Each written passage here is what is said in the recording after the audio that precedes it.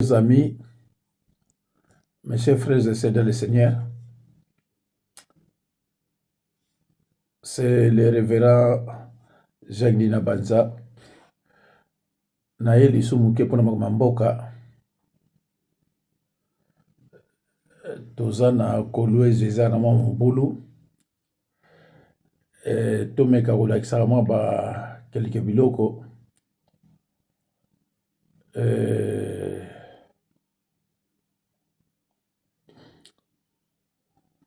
tobana na oyo azokamwa ndenge naza militaire azokamwa ndenge kisekete azofinga biso. J'ai trouvé une armée, pardonnez-moi l'expression, de clochards. Nabima pepa na biso naza mobimba na Katanga. Sikoye ndenge toyekozoka na mboka na biso abandi kofinga biso de clochards. Krosha biso batozozike zoki na mboka ndenge tuzaboy nazola libanda korea nangeza kosenga. Sikoyo banda janvier kana ozimbongo te tozoka mwandenga azofinga biso azaborore kutu balungola ye azanyama biso basoda ndenge tuzawana tutu bayeye kana zoka mwandenge baruba bazokanga bango te baswahili bazokanga bango izali kambo nini banda bitumba oye kota nazeko zwande RCA na RCA wana banda janvier nazozo ango te tala biso basa basoda vio toza komene lelo bamibali na biso bongo eza kobima te tokoma koluka mwanda mobana bazwa ta kovivre tolia lelo komobenga bamibali na biso bakosha de clochards. Vraiment de clochards. bao babundeli mpenza mboka bakokonyokwa bapenza ndenge tozotala olobeli biso mabe bopona nini lelo komisi bango osali bango différence elongo neti bakuluna obengi bango bato moko batatina te olobeli biso mabe bopona nini lelo kisekedi biso basoda obengi biso bakolosele mpona nini de clochards. eloko osali ngai namoni ntina na ye te nazonyokwama nde konyokwama ata mbongo nazwi te kolia konyokwama naza kosenga nde kosenga soko nasengi te na kolia te nengembaka mpona biso boye te nengembaka na makolo mibale naye nde kozoka mpona ye na ntina na ye namoni yango te. tala makambo nani président na biso azoloba. J'ai trouvé une armée, pardonnez-moi l'expression, de clochards. Iza makambo osesepelisanga motema te mobali nanga kutu kozwa mbongo azwaka lisusu te ayebisa soki nakosala nini na mboka oyo mboka elembisi ngai basoda na biso babundela mboka me mokonzi ya mboka oyo oloba basali eloko moko te ofingafinga bango basali oyo nyonso mpo babundela mboka me omoni bango kapamba baza na tina te ofingifingi bango penza na regrete. bandeko mbote na bino c'est vrai que kamwa kala bon ben pourvu que tomonani nzambe apambola bino c'est vrai que image eza kamwa mobulu me na kobongisa yango lobi po te éclairage namoni éclairage ça va mais côté nanga kamwa ba défaillance ezali bon ben Soki nanga yakite nanga za mal le moindre mal aza mal nécessaire soki nanga yakite mbele lobi akoyeka ya se biso kaka nde bolobi wana donc biso na minute oyo mutu azobundela biso bitumba eza nanga. Oui, tu encourager parce que c'est total les carabino. Lobi to comme na royaume ya Luba. Et comme un royaume Luba. Bino mo bozo tambula ka ba panel nyonso bozo ba kolele. Bozo lo ba yango kolele ke bo comme ça Congo royaume. Félix Liboso, ce qui Félix alobi alongwe, bo tia Anthony atanga wapi? Anthony Zaki na Guetteur na Belgique qui sont évité. Azalaki pire petit habitine ba dealer. Voilà, tokozo ko encourager ye. Ceux qui tolobi total na Félix na nanga, mutaleki kutu ki congolais Zaki eza nanga wana bolingo lo changer na ekolo. Donc il y a un andem taille comme bundala biso bitumba. Le labo zo ba suli kama constitution te parce que nanga tele bisi mandoki.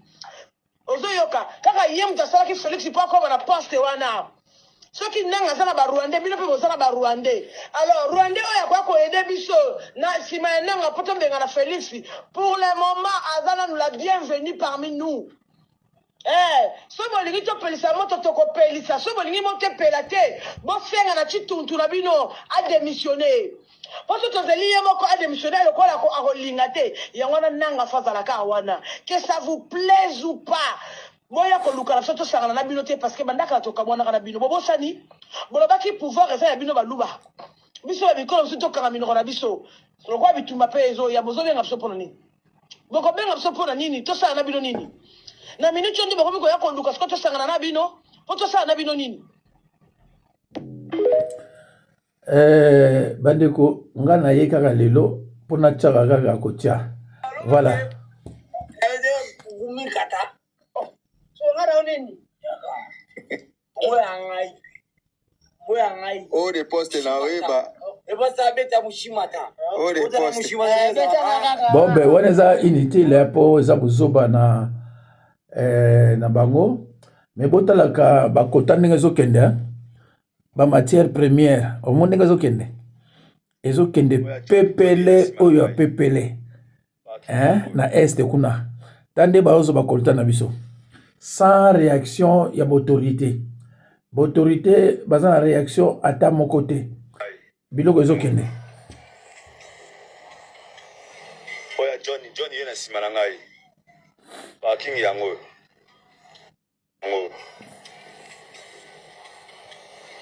oya Johnny ye na nsima na ngai bakingi yango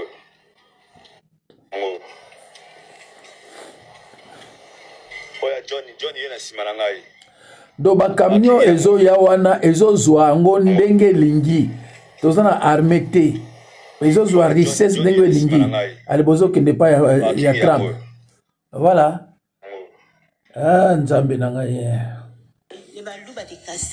donc muluba nyonso to yebi que osambela nzambe te ezala na conscience ya obondela nzambe parce que makambo eya après départ à Félix bomona makambo na bino moi ba vidéo botya yango na ba favori na bino parce que koya dès que Félix va partir les baluba ça sera un peuple moko vraiment bozala na souffrance. Ils seront rejetés par la nation congolaise. Bon, boyaka bango. Et ça m'a bon te pardon. Ça m'a sonné ça. Et le qu'on a monaki yango wana. Totika ki bomoko, mais oh on a monaki oh ezoya devant nous. Quelques temps après le départ, parce que Félix est en train de partir, et je suis en train de le répéter. Congolais, Congolaises, restent concentrés. L'année prochaine, les choses vont beaucoup bouger. Okay. Donc, yebaka et loko nini olingi ponamboka na yo tous à la concentrer. En tout cas, que mon Dieu vous bénisse. Merci. Voilà bandeko. Bomoni oyo eleki.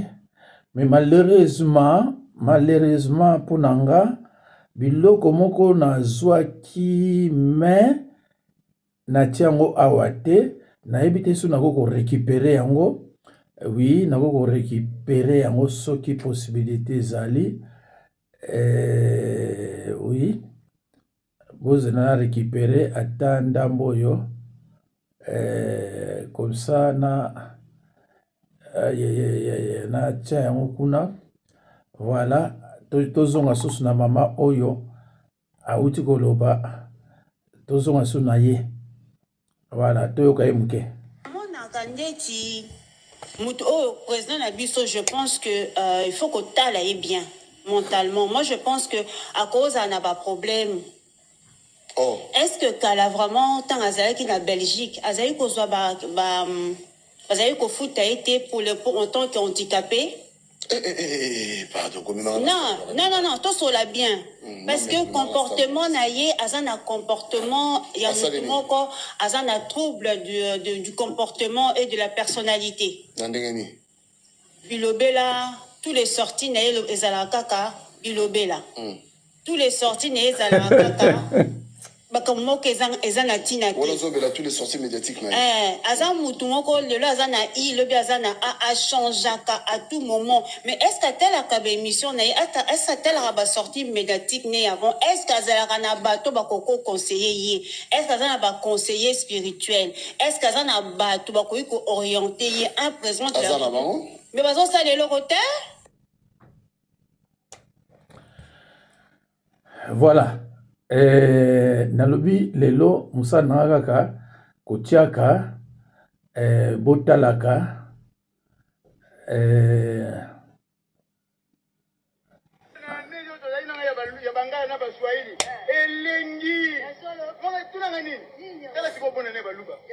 Soni mawa ili bosoto njala masangwe mati impeyima mama na ngaye oni to mona makambo oyo ela soni aba soni na bangala buzunga kozonga boyeto to kwate banga edo kuba foto sa mikana me wabi bona ne ya soni oyo kaka ba ju. Voilà. Tokene na mususu Toyoka. L'ennemi a trituré son combat. Bogoyoka autant que le la crise à l'interne ici. L'ennemi s'est préparé pour nous attaquer. Batouba on met la bière, Batouba la live dans TikTok, les gens s'insultent, les gens font ce qu'ils veulent. C'est bien. Pendant cette période de la guerre, Ngai Nazako Kamwa, au moins jusqu'à la minute, Negeto Bandaki na janvier, Bazwaki Goma, Bukavu et quelques localités. Tout aussi les années, Babotoli Ouvira. Regardez les responsables politiques du pays. Botala nenge bavandi kimia bakomi bababa. Mituna bango, bazako réfléchir. Ceux qui bakomi katanga, à partir de mon cher, ngana zoboaka mwasi na bana. Et belé la minute, bakomi pe koboaka basi na bana, mon cher, bimisa mwasi na bana. Babi mabakende déjà. Bazala mapangu, bazala bandako basomba na étranger, na mbongo bazwa na l'état. Na minute, bazako se précipiter. Attitude responsable na bango. Et c'est de l'irresponsabilité. On a bango zali ko bimisa mwasi na bana. Politicien oyo kumisaka. Leader politique oyo landaka. La majorité. Bazako kanisa ndenge nini bakozwa mwasi na bana nde bakambazana ona mutu. Ba misusu pe ya koteka mapango bazako teka bazako bongisa attitude ezali bazala ba visa mikolo langage ezaka mon cher zala na visa na passeport. Otoyebite batwala soki bapusa ninga na komibimo.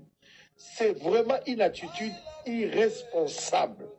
La part ya bateau bazalaki censé motiver la population, mettre bango en confiance, encourager et puis mobiliser. Malheureusement, ce que nous constatons dans la société, c'est ce que je viens de vous dire tout à l'heure. Mais nous sommes un peuple. Attitude nino tozo affiché la nzela. Makambo a guerre ya est et tali bisoté.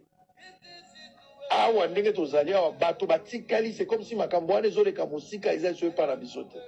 Mawa ezate. Bato bayaki na mobilisation pour balata tenu basala ba vidéo. Basala ba live. Bako maman eloko mebuwa mona bango. Mais pour rester dans le temps, les gens sont dans l'incapacité de le faire. C'est regrettable. Tant que la réunion, ou la marche, il y a union sacrée. Ça, c'est n'importe quoi. Les problèmes ont préoccupé la marche à union sacrée. Le problème, c'est le Congo qui est touché. C'est quoi cette bêtise-là, la marche à union sacrée? C'est quoi cette aventure? Qui vous a ensorcelé? Bon, l'amour qui n'a pas la marche.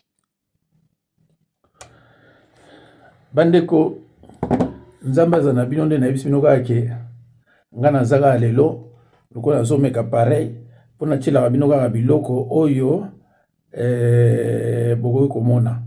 Voilà. Toyoka ye muke boto changer boto leka. Je suis le seul, si pas le premier en tout cas président de la République démocratique du Congo à avoir dit haut et fort en parlant de Banyamulenge, mais j'élargis même à tous les Tutsis congolais que ce sont nos compatriotes. Il y a des Banyamulenge qui sont morts pour cette République et sous le drapeau. Donc j'en ai assez de ce discours qui consiste à discriminer ces populations et a donné ainsi l'occasion à des régimes barbares comme celui du Rwanda de nous envahir, sous de fallacieux prétextes d'ailleurs. Parce que je dois attirer ici l'attention de tout le monde, et c'est très dangereux d'avoir ce genre de discours. Vous faites le tapis de ce régime criminel du Rwanda, parce que ce régime, figurez-vous, il a aussi des Hutus qui travaillent à sa cause. Il a fabriqué. Et il envoie ces gens traquer, violenter, massacrer les Tutsis pour dire, ah, vous voyez, les Tutsis sont en danger. Donc, méfiez-vous, chers compatriotes. Je ne veux pas que dans la République démocratique du Congo, que je dirige, grâce à vos suffrages, qu'il y ait de la discrimination. Tant que je serai président de ce pays, aucun citoyen de ce pays, aucune communauté tribale, ethnique de ce pays ne sera discriminé. Je tiens à le dire haut et fort et je ne m'arrêterai pas là. Boyo Kibino Moko, hein? Ezangaïté. Je ne veux pas qu'on aille vite. Je te donne 2 heures du temps. Je ne veux pas voir Mabimwa Manyama Imwa. Tout la patane. Je ne veux pas voir même vous. Venez voir, même vous. Nyama Imwa, vous m'appelez. Il faut que nous prenions Moufoutama. Après en plein air. Monsieur, je te donne 2 heures du temps. Je ne veux plus voir Mabimwa Manyama. Tout la patane. Wanda baba machipisha anza kwa sakani kitu kanisa bitu kani or machipisha tunaishi moto machipisha mwa tuba na kuna masomo bantu bakabaila bantu wa kuresone kama unaanza kuwa na makomportement yenu ya kukamasa hapa je ne veux plus vous voir monsieur Foman allez chef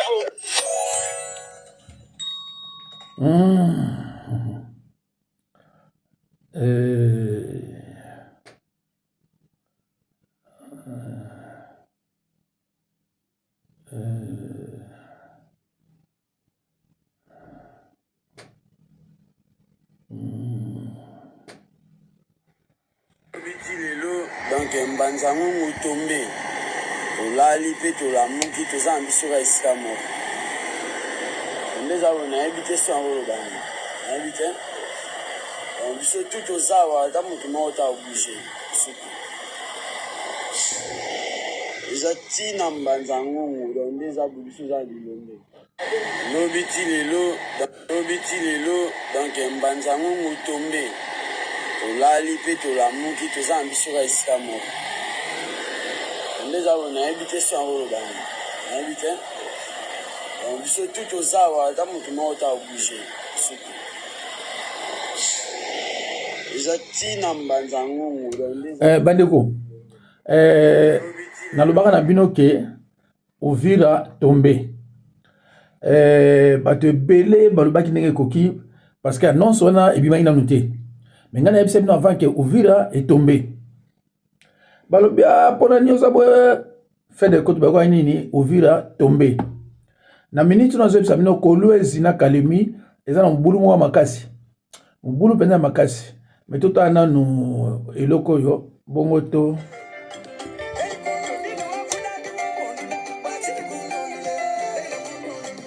bolobaki aza Mukongo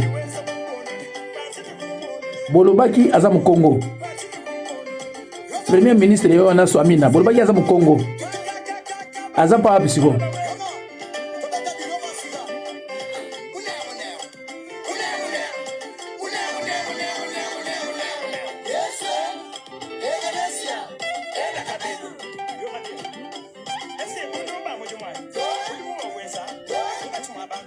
bandeko pendant que Uvira est tombé premier ministre aza kobina na Belgique nièce na ya Bali nièce na ya Moluba à Bali na biselino ke Tshisekedi avo jamais kozwa Mukongo ya 100% achayo premier ministre mais non so mon ache premier ministre bino ko oyo aza Mukongo mais non tango azali bachaki premier ministre première ville yaki na ekotala et pas yaki na ekotala ezaki na bani Mbujimai pa baluba sikoyo yo na Bruxelles azako bina nièce na ya Bali ya Moluba tango bazolo bana bino bongo yoka te bolingi bakosa bino l'air nyonso yeyo na lexi bino azana fête na Bruxelles nièce na ya Bali nièce ya Moluba bandeko nanina luka tata moko ya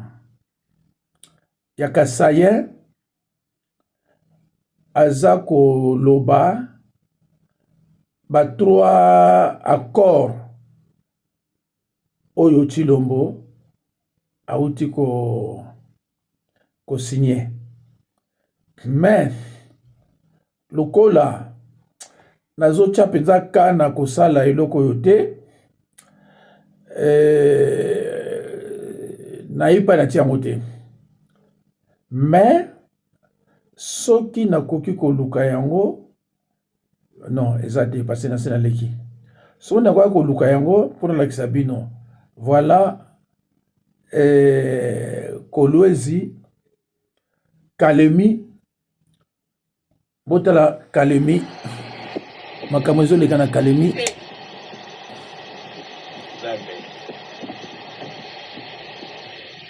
na banzi bomoni naza na ntina ya kotiaka biloko te eumelaka parce nazaka mwa biloko mwa ebele voilà donc makambo eleki na Kalemi yango wana baza déjà kuna voilà alors tokotala nini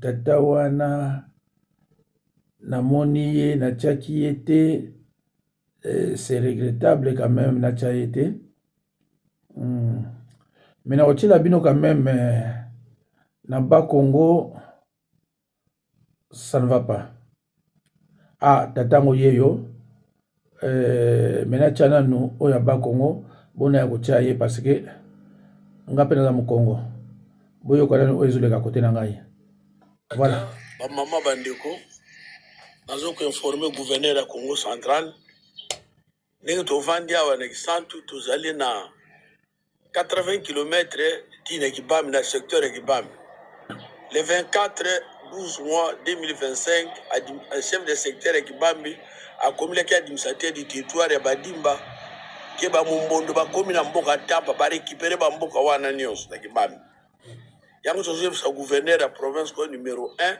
ya province après chef de l'état c'est le gouverneur de la province a informé commandant ya FARDC na la police ye mutakamba ba troupe wana pour que ba ya ko sécuriser ba puisque ba kibi na bamboka ba musuba ye na kisantu ba mususu ba ye pa boye mboka wana ba tampa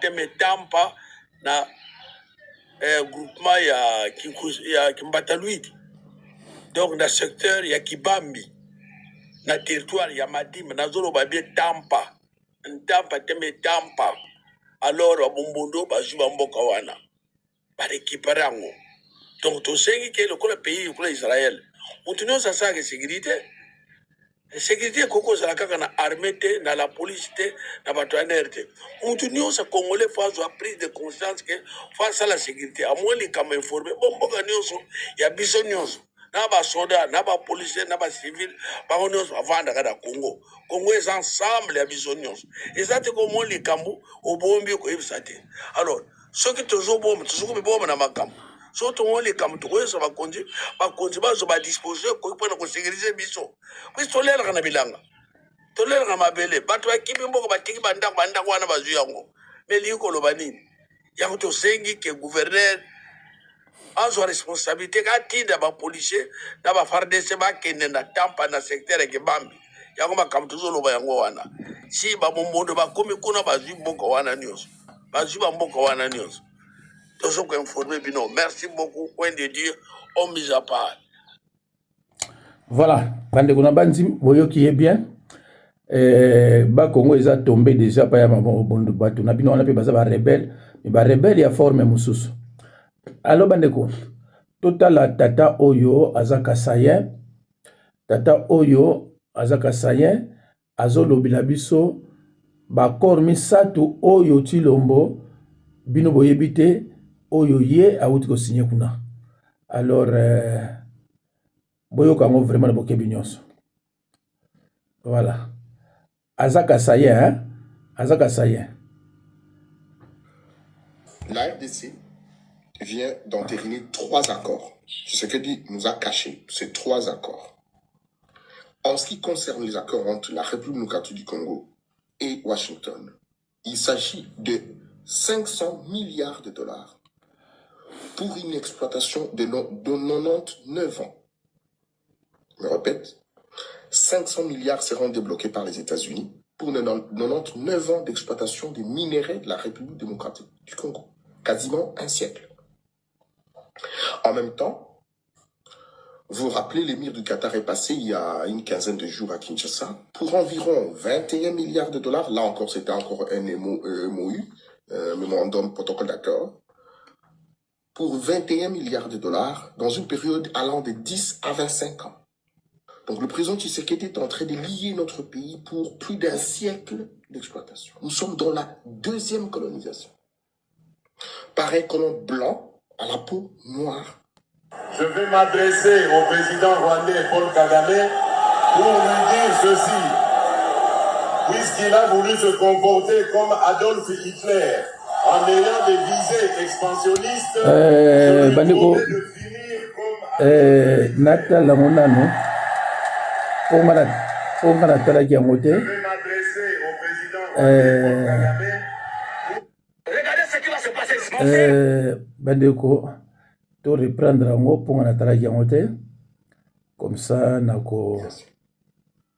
Pareil colon blanc à la peau noire que notre propre frère Félix Tshisekedi, des choses que Joseph Kabila n'a même pas fait, osé faire. Posez-lui la question de publier, juste publier les annexes. Tout a été Tshisekedi centré. Les débats au niveau du gouvernement n'ont pas eu lieu. Tshisekedi ne l'a pas fait.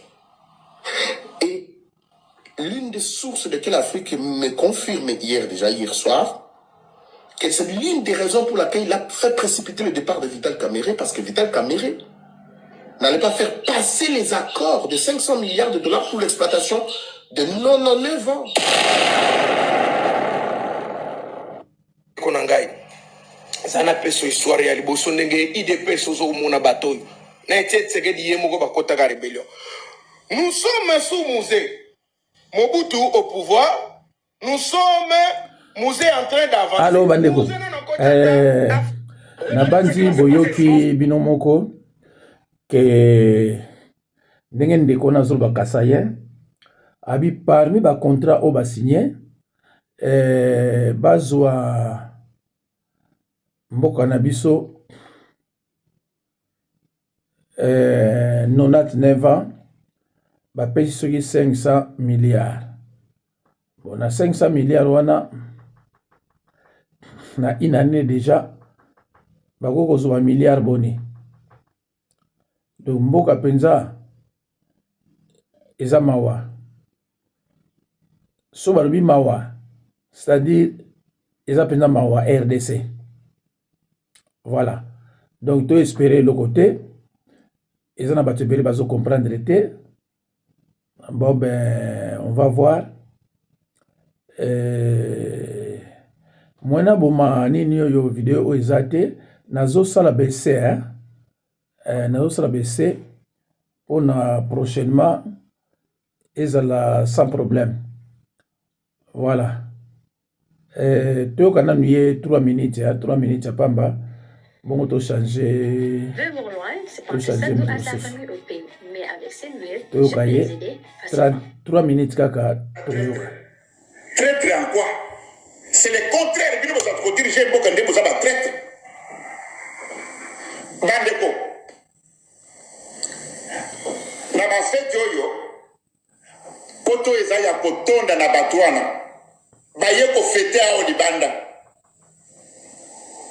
Sombi banda ko partout. Batuana bazu occasion, batu boza ko Ope muluba. Bazu occasion, sombi banda ku awa na bapoto. Bandeko, bombi banda bambongo ebele awa na poto. Na vacances oyo bazali plein awa na bapoto. Batuana boza komona wana. Ba ministre, ba DG, baza déjà prêt à kopumbwa. suffit mokolo bakoyoka kaka pa bokomona Kinshasa ekotika la vide bato wana bakozala baoyo bakozala na possibilité ya te ya kopumbwa nde bakotika mais baoyo basi basombi bandako na bapoto basi babombi bambongo na bango na poto bakopumbwa lokola bandeke. Vous allez voir mes chers amis cette année oyo bon bandeko na baina bino na ochela bino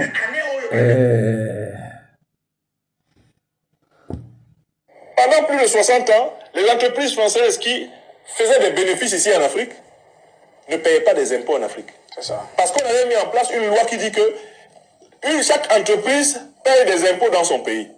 Vous, les Burkinabés, si vous avez des entreprises en France, vous payez vos impôts au Burkina Faso. Vous, les Français, si vous avez des entreprises au Burkina Faso, vous payez vos impôts en France. Vous comprenez ça? Or, en fait, il y a zéro entreprise burkinabé en France qui reverse de l'argent au Burkina Faso. Zéro. Or, l'essentiel des entreprises françaises qui étaient ici ne payaient pas des impôts à l'État burkinabé. L'argent de ces impôts allait où? À la caisse du Trésor français.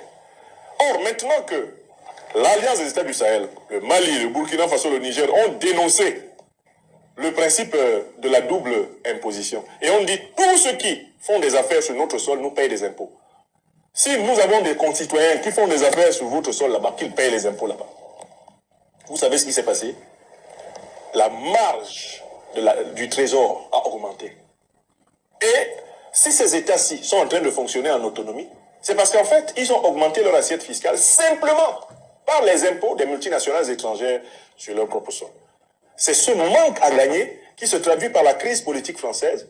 3 000 milliards d'euros sont empruntés tous les mois par la France et celle-ci est en train de voir sa note financière dégradée par toutes les institutions financières internationales. Pourquoi? Parce qu'elle ne peut plus payer. Avec quoi on paye?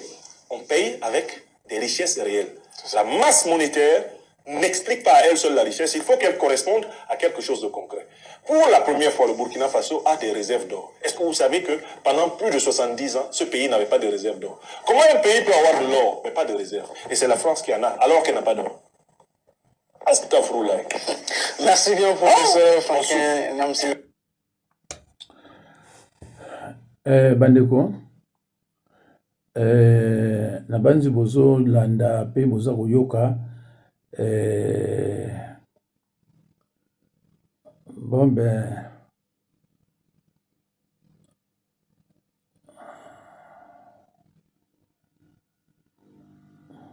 Aïe, Congolais, tala.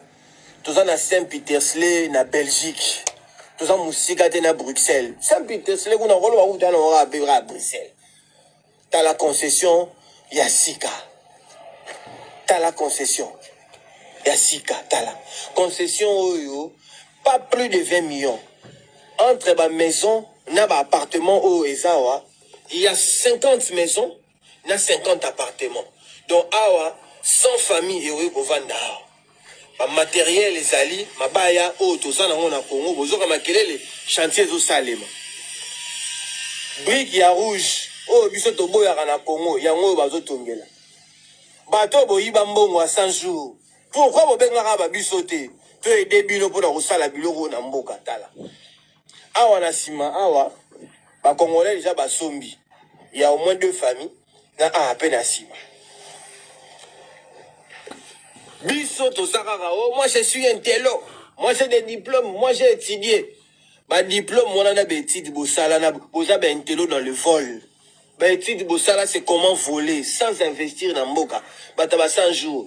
Ba mbongo nyonso tona bo dépenser on a ba champagne. Champagne so meli yango lobe ko subi yango eke na WC. Mbongo jo kabeli mwasi. Asomeli yango make-up na ba plante na ba perruque et sili même ma banga la bière. Oui. Ce sont les habitations moro égotikala. Égotikala. Elles ont la durée à Villemsou, il y a 200 ans. Il y a 300 ans. C'est l'entretien à eux, tala.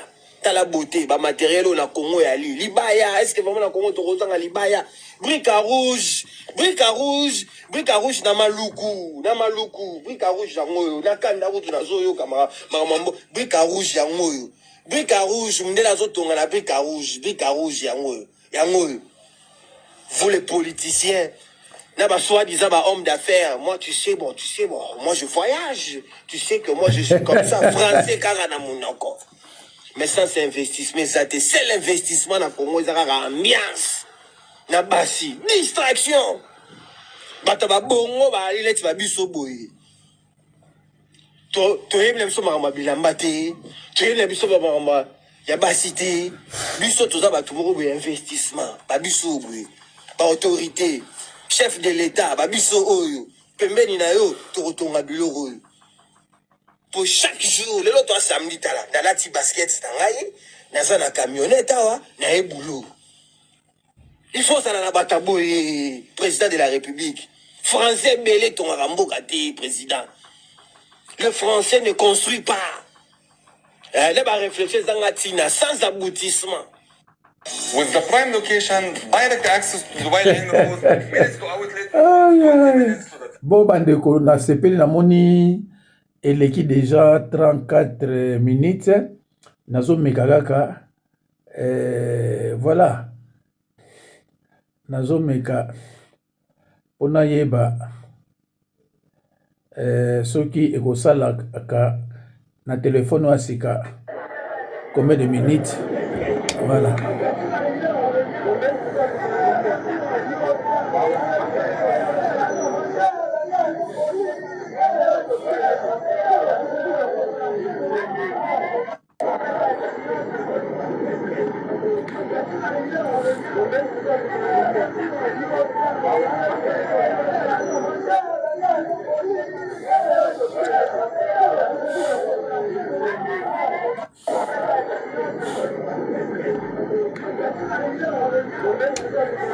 Bandeko bozomona mboka ndenge ezaleli eza mawa vraiment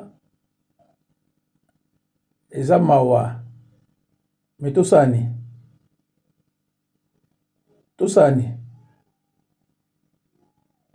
nalakisa bino bakor boyoka bakor. Compatriots, ladies and gentlemen, this is the announcement that we have to make today.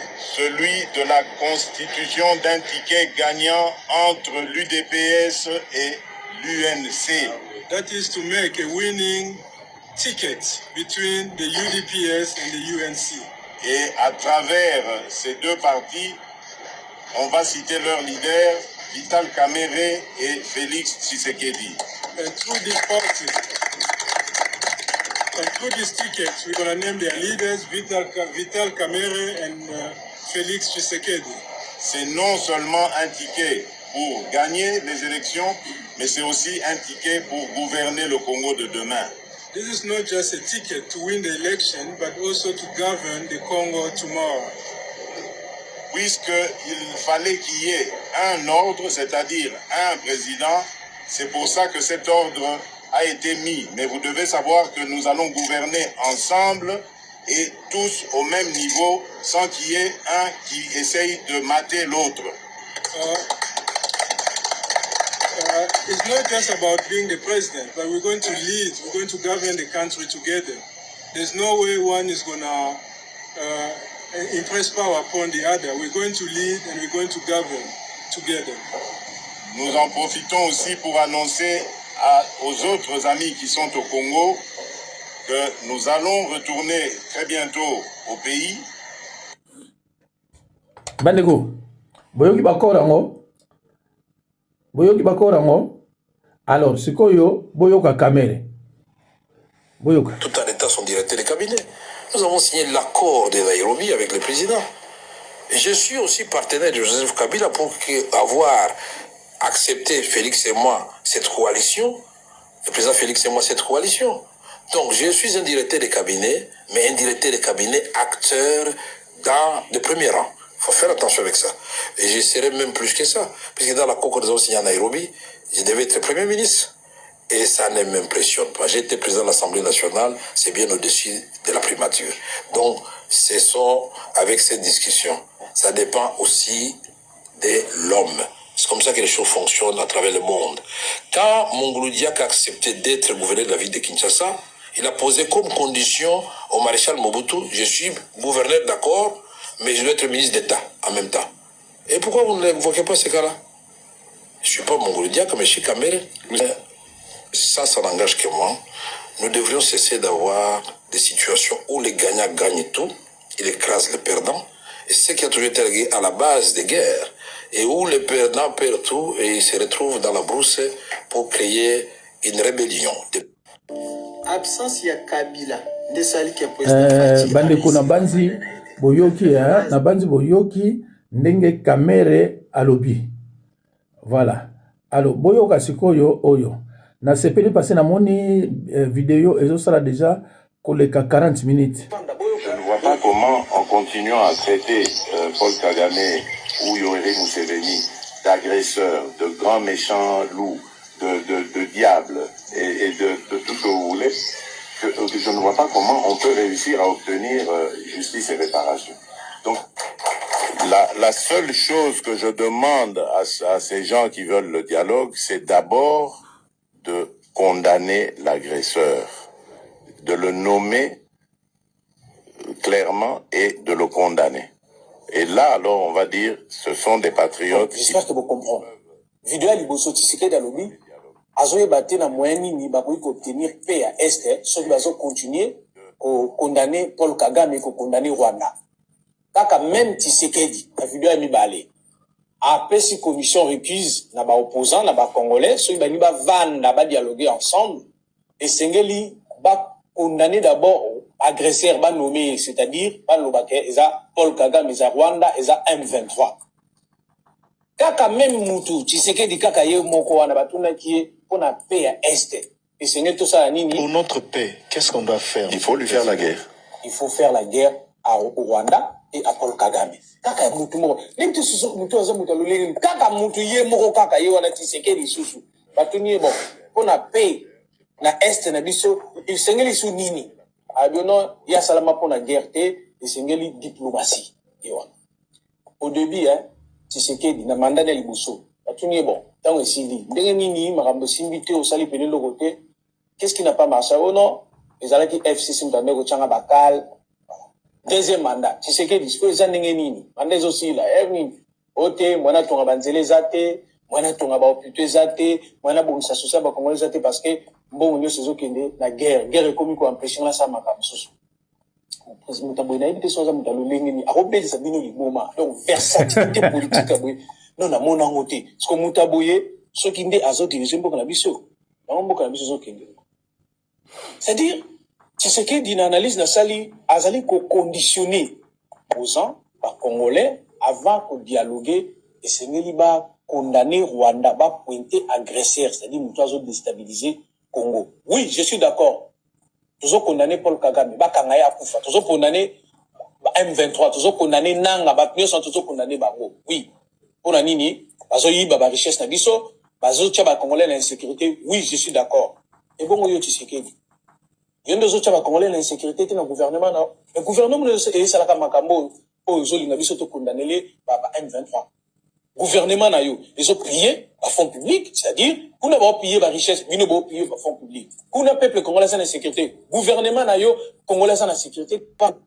Capitaine, non, mais ce côté-là, on a mis ce capitaine. Bandeko, na lembi, parce que na moni, nini, ezo kendeti na banzi inerdita, pour te commis déjà na 40 quelques, pour te coma na ba 50.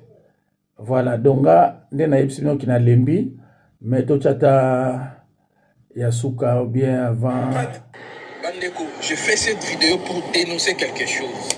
Désolé la mi-coloniaux sont à Kinshasa en sécurité, bazo kata bato, bazo boma bato. Je pense que nous devons prendre cette situation au sérieux. Hier, je revenais d'une fête de mariage de mon ami Exosia Bindanda. Je devais déposer un ami et son épouse na limité Funa vers l'ancienne résidence ya pasteur Walesa et Sika siège ya parti politique Nojek et Koma na banzele ya baveni à Katiwana. Tout commis, j'étais accompagné aussi avec le prophète Béchir. Tout commis côté wana tout moni liboso policier. na sima ya policier peloton ya bakuluna. Donc policier a la couverture ya bakuluna. Donc civil na butu sera moni policier a la confiant a poussana. Nous avons na sima ya policier bakuluna. Juste au moment où on est arrivé pour Tikandeko, il y avait un autre groupe Ezoya Liboso. Et le policier se sert, il y a peut-être à balle pour assommer l'autre groupe en face, pour protéger Baobana Simanae. C'est vraiment triste. Trop comprendre l'insécurité, ça là et tout, monsieur commis, n'a bateau, bah censé qu'on protéger biso, bah ça la couverture à bateau, bah ça la biso mabé, et ça normalité. Ministre intérieur, commandant à ville, pour Megarota la maramouana, si tout bateau, bah gérer secteur Yafuna, pour Megarota la maramouana, sérieusement, c'est pas normal. Raison pour laquelle na tout bateau bazan na insécurité à Kobima, tout la mouina tongo baboumi moutou ba enlever moutou, parce que les gens qui sont censés nous sécuriser, bah ça la couverture à bateau, bah ça la biso mabé, ça normalité. Ce qui est là qui est le moment d'élection. Bandeko.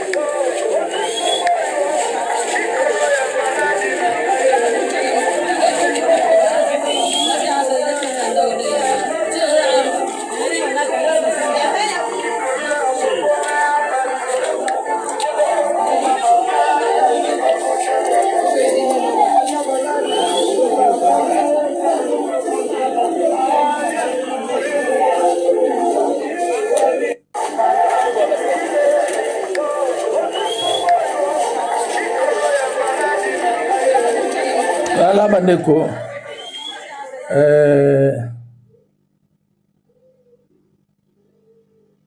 Toloba nini sikoyo?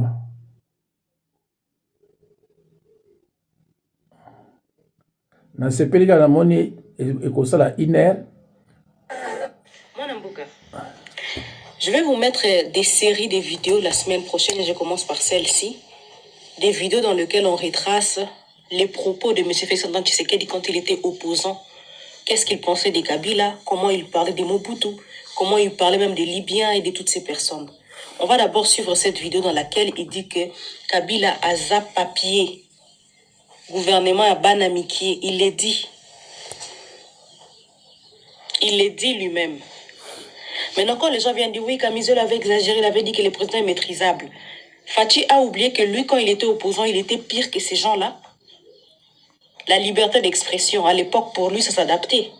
Ça s'appliquait. Mais pour les autres, non. On suit cette vidéo. Ennemi na biso monene na minute oyo ezali bobangi. Na yoki ba mosu ba obi Kabila te. Kabila azane papier.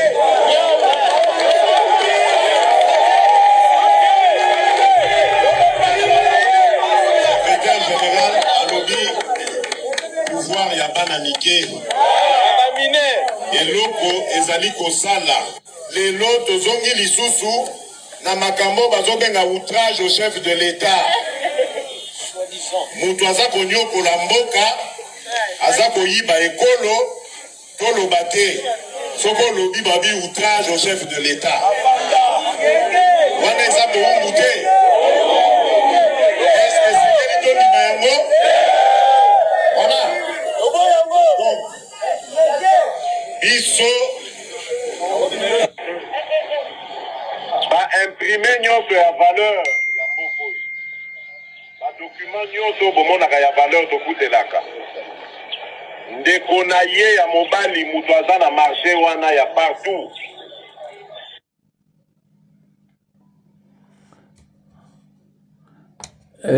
Bandeko vraiment na sepeli na ndenge namoni ezosala une heure hein, ya banini comme ça prochainement soki nalingi natiela bino bavideo ebele botala nyonso ezoleka nakotiela bino parce namoni telefone ya sika ezozwa une heure ya kopermettre bino botala liboso ezalaki suka 33 sikoyo namoni tozoleka deja 50 tozoleka 50 menga naza fatigué voilà ezalaki ya juste manatala telefone ya sika soki ndenge nini alors nayoki makambo garso moko auti koleka awa ndeko moko awa alobi azocomprendre te Chilombo aloba lelo boye atiki lobi boye atiki voilà yango oyo mwana biso oyo pe autaki koloba onaka ndeti mutu oyo président na biso je pense que il faut kotala ye bien mentalement moi je pense que à cause na ba problème est-ce que kala vraiment tant azalaki na Belgique azali kozwa bazali kofuta ete pour en tant que handicapé. Pardon, non, tout cela bien. Parce que comportement naïe, azana comportement, il y a un trouble du comportement et de la personnalité. Bilobela, tous les sorties naïe ezalakaka, bilobela. Tous les sorties naïe ezalakaka. Bakamoko ezana tina te. Wala zobela tous les sorties médiatiques na. Azan mutu moko lelo azana le bi azana a changeaka à tout moment. Mais est-ce que telle a émission na est-ce que telle a sortie médiatique né avant est-ce que azala kana bato bakoko conseiller est-ce que azana ba conseiller spirituel est-ce que azana bato bakoki orienter un président de la République. Mais bazo ça lelo côté bandeko boyoki mwana nsi oyo makambo alobi toyebi te soki aza na raison merci soki aza na raison to aza na tort toyebi te mais toyoka nano azokamwa ndenge naza militaire azokamwa ndenge Tshisekedi azofinga biso. J'ai trouvé une armée, pardonnez-moi l'expression, de clochards. Nabima pipa na biso naza mobimba na Katanga sikoye ndenge toyekozoka na mboka na biso abandi kofinga biso de clochard biso bato zoki na mboka ndenge tuzaboy nazola ya libanda korea nangeza kosenga sikoyo banda janvier kana ozimbongo te tozoka ndenge azofinga biso azaborore kutu balungola ye azanyama biso basoda ndenge tuzawana tutu bayeye kana zoka ndenge baruba bazokanga bango te baswahili bazokanga bango izali kambo nini banda bitumba oye kota nazali kozwa nde RCA na RCA wana banda janvier nazozwa yango te Tshisekedi tala biso basa basoda vio toza komene lelo bamibali na biso bongo eza kobima te tokoma koluka mwanda mobana bazwa ta kovivre tolia lelo komobenga bamibali na biso bakosha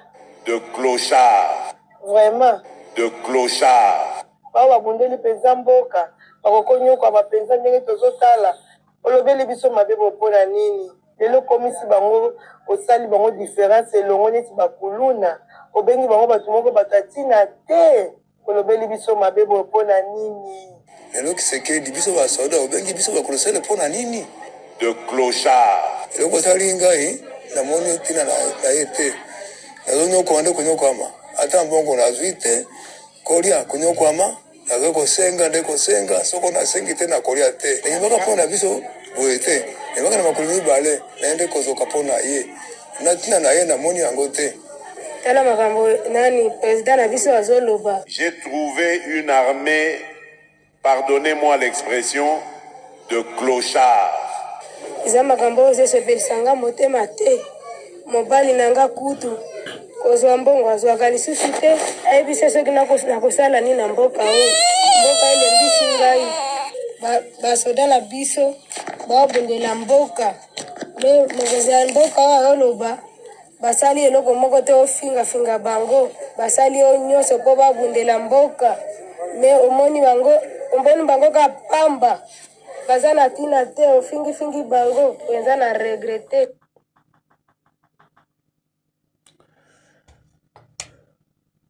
likambo te lobi na kosala tuna tia makambo ya nzambe yango na lelo vraiment muluba nyonso to oyebi ke osambela nzambe te ezala na conscience ya obondela nzambe parce que makambo eya après départ à Félix bomona makambo na bino moi bavideo oyo botya yango na bafavori na bino parce que koya dès que Félix va partir les baluba ça sera un peuple moko vraiment bozala na souffrance. Ils seront rejetés par la nation congolaise.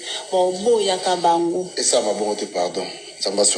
Et le qu'on a monaki yango wana totika ki bomoko mais o nga na monaki o ezo ya devant nous quelques temps après le départ parce que Félix est en train de partir et je suis en train de le répéter. Congolais, Congolaises restent concentrés. L'année prochaine, les choses vont beaucoup bouger. Okay. Donc, yebaka et loko nini olingi pona mboka na yo tous à la concentrer. En tout cas, que mon Dieu vous bénisse. Merci. Voilà. Ngaya batu nazo balange loko te. Oh pasteur Mukongo alobi boye tout ça. Oh pona nini ozolakisaka makambu ya salite ya mboka. Ah, ndeko. Portable za yanga. Nga nazolakisaka makambo malamu oyo bino bozosala. Soki bino osala makambo malamu babomba mpona nini. Mais so bo remarquer que bosala mabe. Mais bo changer. Bo changer. Parce que na basoda bakomi kolela bozo finga bango. Hein? Bozo finga bango. Basoda bakomi ka bango nyonso partout comme la masanga na masanga. Baza kolia te. Batu musu bazo kama ndeni bonne année soki Noël soki ndenge nini eza ya mystique. Ya bangala na baswahili elengi kuna nini kala tipo bonne année baluba soni mawa ili bosoto nzala masango mati impeyima mamba na ngaye oni ndo mona makambo oyo ela soni aba soni na bangala buzunga boyete do banga edo poto sama mikana me wabi bona ne ya soni oyo kaka baju. Bon, etikali 3 minutes pour na komisango na nini na inera. Bon ben botala batu na bino. O bino bolingi kotala.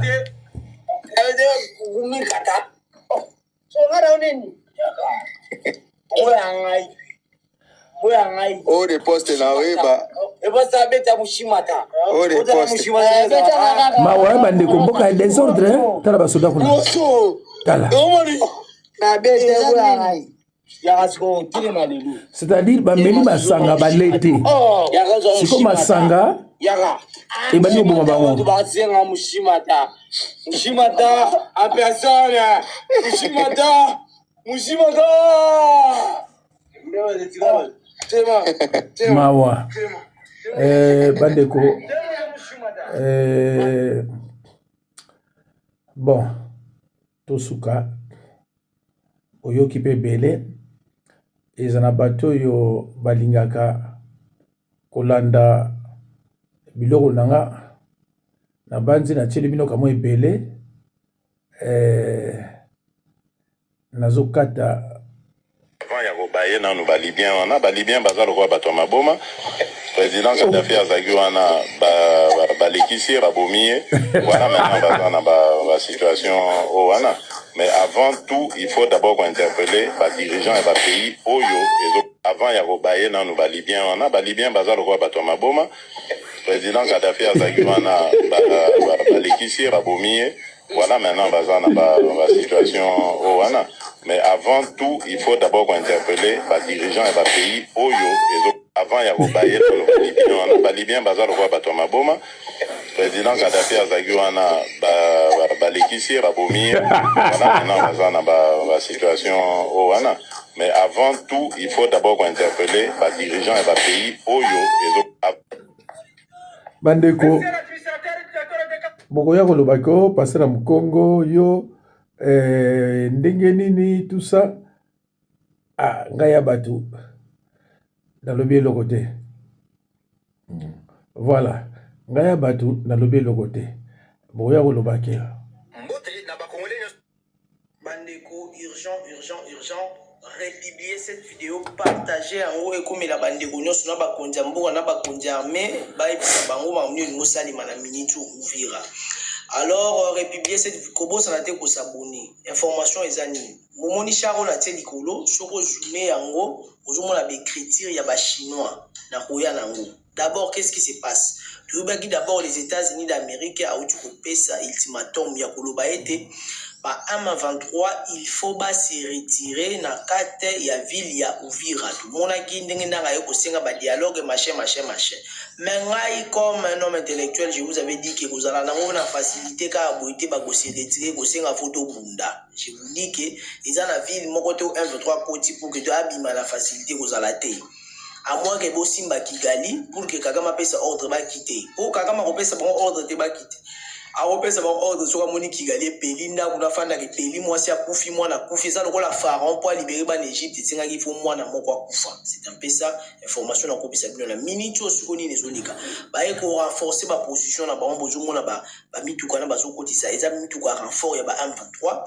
Ba eko renforcer ba position na ba qu'est-ce qui se passe? Ba ina ba mituka mo ba forme ba chinois ozo mona be critique wana na zuma bo mona eza ba chinois nde yango moko ya ba mituka o ba M23 ba eko kotisa ba eko renforcer ba position na bango pour que ba continuer offensif ba koloba nini ete biso to ngai to se retirer ba wazale ndona ba faire laisser ba taka ki biso yango biso to komaki na moya ko défendre moya to longwa susu eza c'est un peu ça les plans deuxième plan au Kagama yenango pour na koya ko justifier que ba tika la ville ya Uvira c'est un peu ça et le ngo ça en ce moment parce que na niro ma mozo kendele to bando kozela zela boui biso to ba tout moko boui donc kanda se mataki déjà so kokota Kigali mbelikala mais tout ça toujours na patience pour la rosela monter ma peso souka donc c'est un peu ça il faut tout ça la ma cambo rapide parce que ba pecho ba M23 ba do sarane la bisoté ça le là moi c'est un to beta rambata ta journée mo simba mulanga beti mobile na mutu pour la senga pe na mutu na ya maté c'est un peu ça la RDC il faut tout élément hein les vents nous feront longtemps courbés